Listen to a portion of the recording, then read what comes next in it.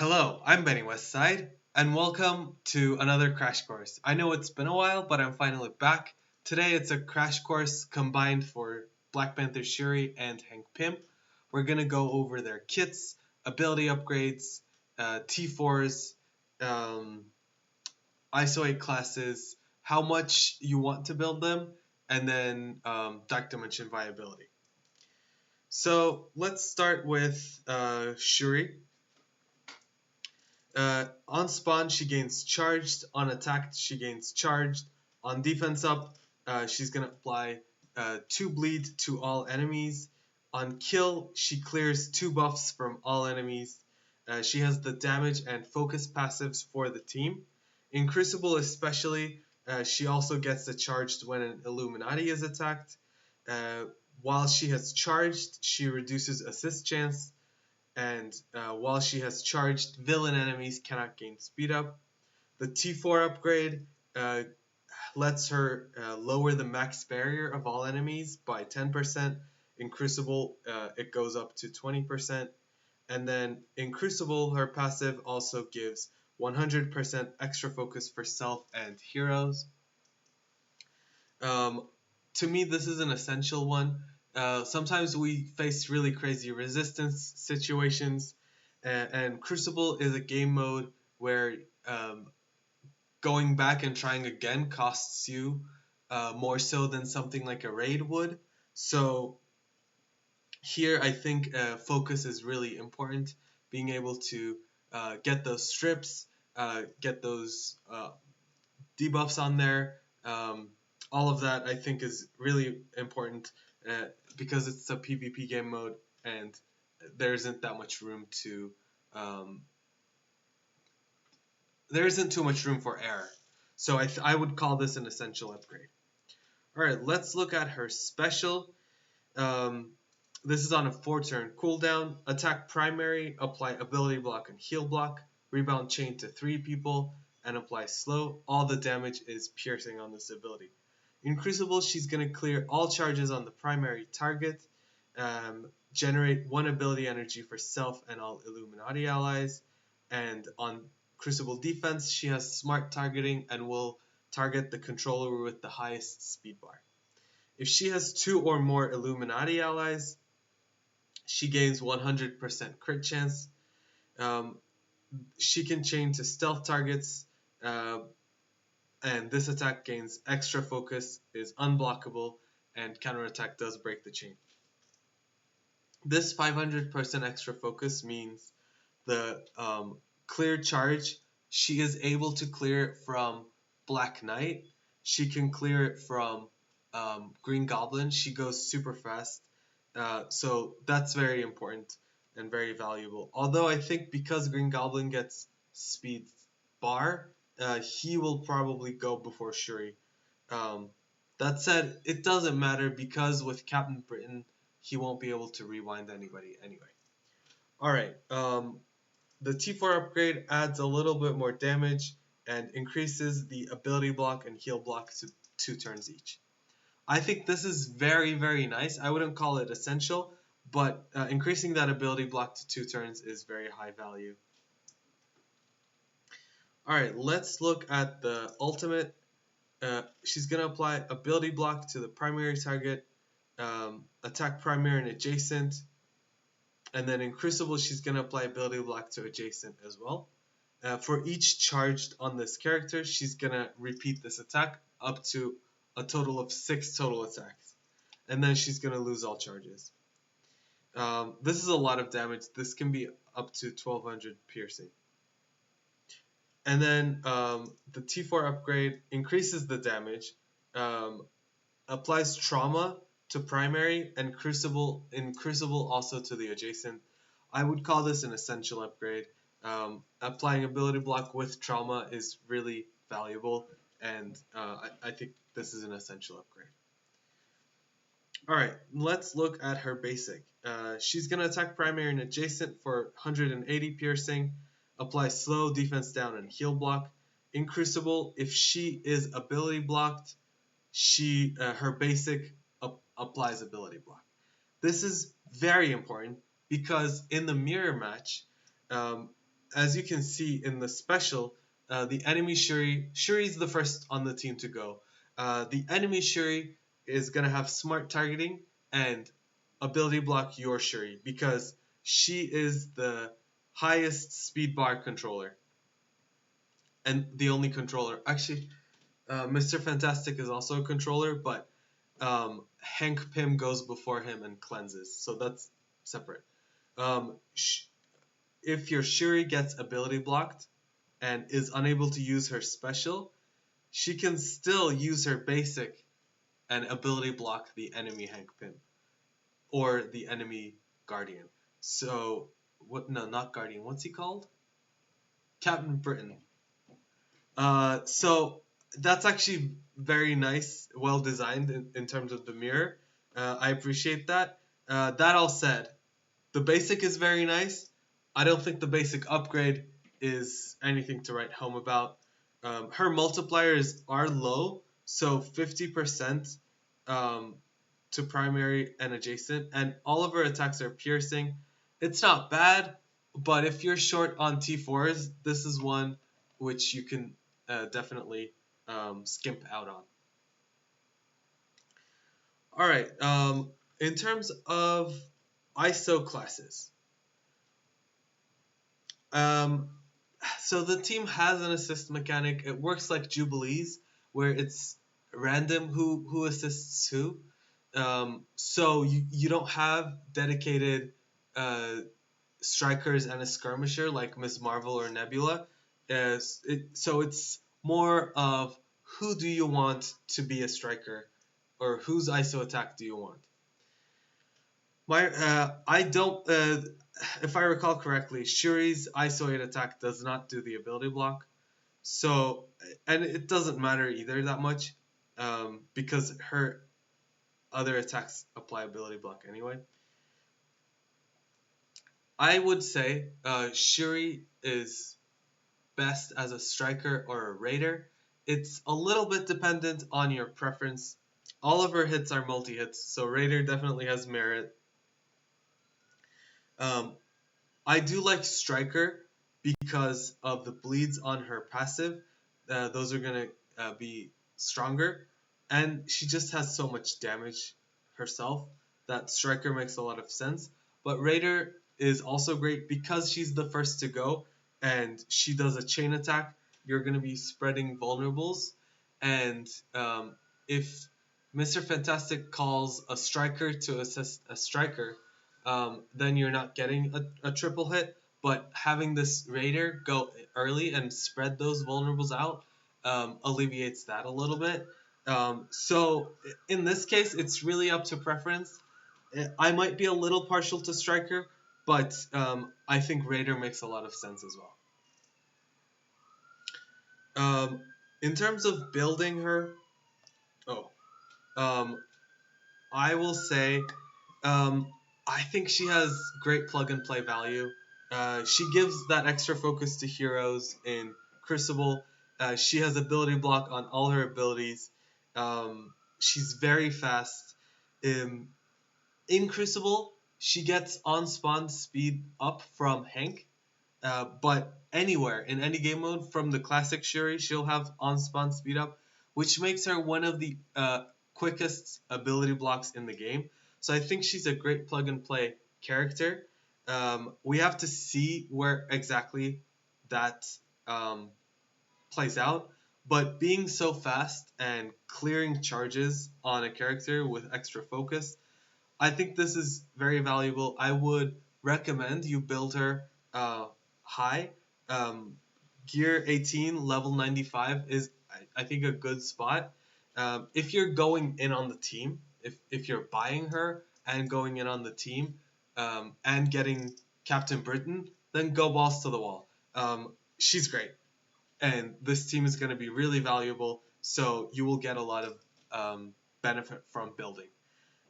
If not, if you're going to use her as a plug and play, you could do Gear 18, Gear 17. When you're falling a little low towards the Gear 17 mark, I would say you're probably not using her for her damage. That's where Skirmisher comes into play, because you're using her to strip charges, apply ability blocks, be that fast controller. Uh, and if damage is not going to be her main purpose, then I would say skirmisher for those uses. Uh, Dark Dimension. I think she's a great choice. She's fast. One of the biggest problems in Dark Dimension Global is the lack of fast characters, fast choices for us to use. So having this is, I think, a great opportunity. If you haven't started Global yet, I would recommend. One thing is, she's not going to have sustain, which is where Hank is going to come into play. I I would say bring her with Hank, maybe not without him. I'm not sure. She'll probably still do okay. If you have some other healer there, that might work. But I think she's a great option that we now have for global. My plans for Shuri, I actually bought her and I built her to level 95 year 18. Um, I'll probably push her to level 100. And in fact, once I finish Dark Dimension, I'm thinking her and Hank, and maybe Captain Britain as well, are gonna be my first to upgrade to 19. Because Global was a struggle for me, and because Crucible is important for me, that works well. Two birds with one stone, well, three stones. So I would hope to be able to take them on my second round. Um, I think that kind of concludes Shuri. So we can look at Hank Pym. Here we go.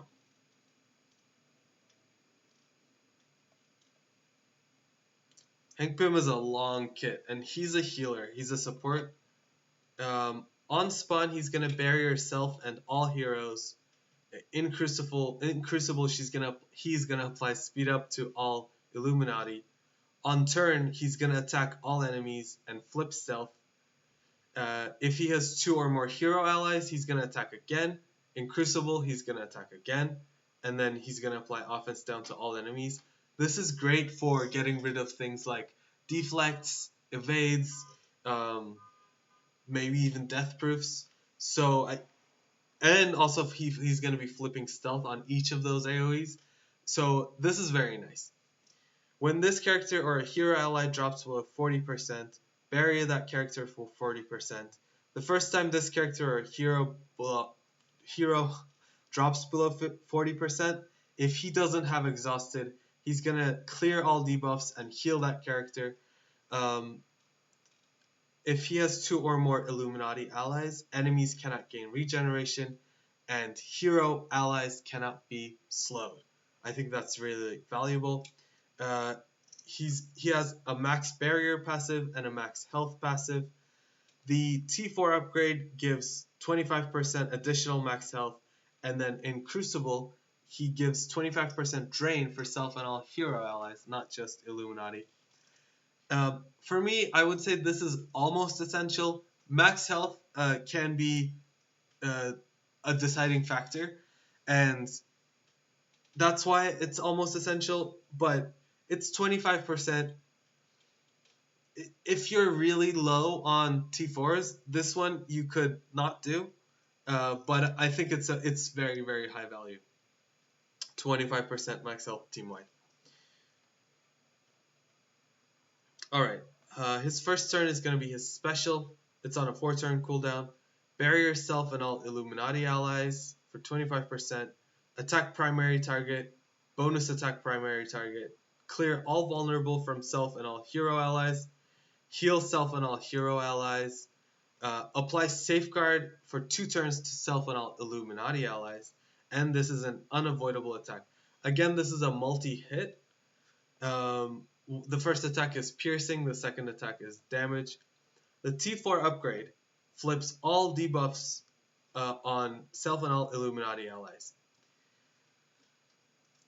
This is essential. It doesn't go from 3 to all, or it's not a pre-existing function, it adds a whole new function and it flips all debuffs. So I think this is very important, especially for the mirror, where when you face uh, the Illuminati and your team goes first, your Shuri goes and ability blocks somebody, and your enemy Shuri ability blocks your Mr. Fantastic, your Ant-Man, or your Hank can cleanse it. Um, anyway, that was long-winded. You want to cleanse. Cleanse is always good. Yeah, I didn't need to explain that whole mirror match. Flip all negative effects is very good. So yeah, that's an essential. Alright, Tank Pim, this is his ultimate. It's on a 6-turn cooldown. It looks like it would come on turn 3, but Shuri gives energy on turn 1. Attack all enemies for 370% damage, clear immunity, apply slow, and apply offense down. He's going to heal self and all hero allies. In Crucible, he gains extra focus for this attack. This is unavoidable, unblockable, cannot be countered. And then in Crucible, the T4 upgrade adds damage and it adds trauma to each enemy. And this comes after he clears the immunity. I think this is pretty much essential as well. Trauma is really important. Yeah, you want it. You want the trauma. Because you have other abilities that apply ability blocks without trauma, um, or stuns. So, baking it in there with the trauma is going to be good. Alright, here we go. Attack primary target for 240 damage. Bury yourself on all hero allies. Gain an assist from a random Illuminati ally. This cannot be dodged. The T4 upgrade adds damage, and then he also gains an assist from a random hero ally. I think this is very nice, but not essential by any means. It's random. You don't know who it's going to be. And you might do something where off the team you like make the team comp where you know which hero it's going to be. But like, when's that going to come into play? You're going to use his special, you're going to use his ultimate. I don't think that's that important. It's nice, definitely nice to have, but not essential by any means. In terms of ISO 8 classes, Hank Pym, I would recommend a Skirmisher for those interactions with Reed's passive. That way you can get some triple taps. I will also say, I think Raider makes sense too. He does a lot of multi-hits on his passive, on his ultimate, and his special is kind of a multi-hit. His basic is a single target. I think Raider might make sense, but Skirmisher is nice because we have that assist mechanic. He doesn't necessarily he's not necessarily a damage character, so Striker doesn't make sense on him, and he doesn't have a magical ISO attack either. So being a Skirmisher means he can enable the others. I think that makes sense. I can see Healer. I think you'll fall into your preferences as you play more, but I think Skirmisher is a great spot to start, so that's going to be my recommendation for Hank Pym. In terms of building, again, this is a good plug and play character. He's fast, he heals all heroes, he has a lot of barrier. I don't think we're going to see him plug and play as much as, say, Shuri. And if you're not going to have Captain Britain, you might not necessarily want to build him. But if you're going in on the team, again, with Shuri, similar with Shuri, I will say balls to the wall. This is a great team, great character. Yeah, build as much as you can. Otherwise, yeah, you might, like, if you're not going to have Captain Britain, he's not somebody that you might necessarily, yeah,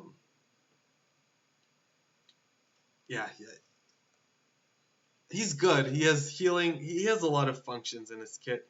He prevents slow being applied. Um, he has this reflexive healing. He has this AoE on his turn every time. Those are really good things. Uh, it's just not as versatile as a Shuri, in my opinion. But on the team, yeah, all the way up. My plan for him is I bought him. I'm slowly building him. I don't have the gold. This is the test server. Uh, so I will be building him gear 18, level 95, and then we'll go from there. I will have him as skirmisher 5. Um, let's that kind of goes into Dark Dimension. I mentioned before, once I finish Dark Dimension, I'm hoping to take him into my second run. I think he's a great pick for Dark Dimension. Actually, he heals heroes, which is really valuable because I took Cabal and I like tried to find good villains to take with them. Dakin is so slow. I didn't want to take him. Titania was bio, and she took too many health catalysts. Um, I think Moonstone was similar. She was bio, not necessarily that great, and more expensive than Titania. So it was a struggle to find villains to go with Cabal in global. But like Black Knight is there, Nightcrawler is there. Those are like really good picks, right? So having Hank Pym and Shuri there with Black Knight and Nightcrawler, I think that's great. As a fifth, you could do Captain Britain if you are gonna get him. If you're not, you could do another extreme. You could do a Weaver. People like Quicksilver. I don't, but I respect that people do. So you could do Quicksilver. Um, I think that's versatile. Or you could even just take one Cabal member and like have him kind of drag along, and have the heroes have more of the synergy. Yeah, that's my take on this. I think he's good. If I did take him to Dark Dimension, I would make him a healer. I think. Um, yeah. So that's that's what I think for his Dark Dimension prospects. I think he's a great choice, and I'm glad we're getting some fast global choices. He is 127. Shuri is 132, 33. See, like great characters. Captain Britain is slow, but having that triple synergy would work well. That's why I think he would be a good choice to be with them. Otherwise, another extreme or somebody else would be fine. Um, I think that's about it, right? Did I miss anything? If I missed anything, let me know in the comments. I will shout these out. These are the infographics for these two characters. I've already published them. They're on my Instagram, and I will link them in the description below.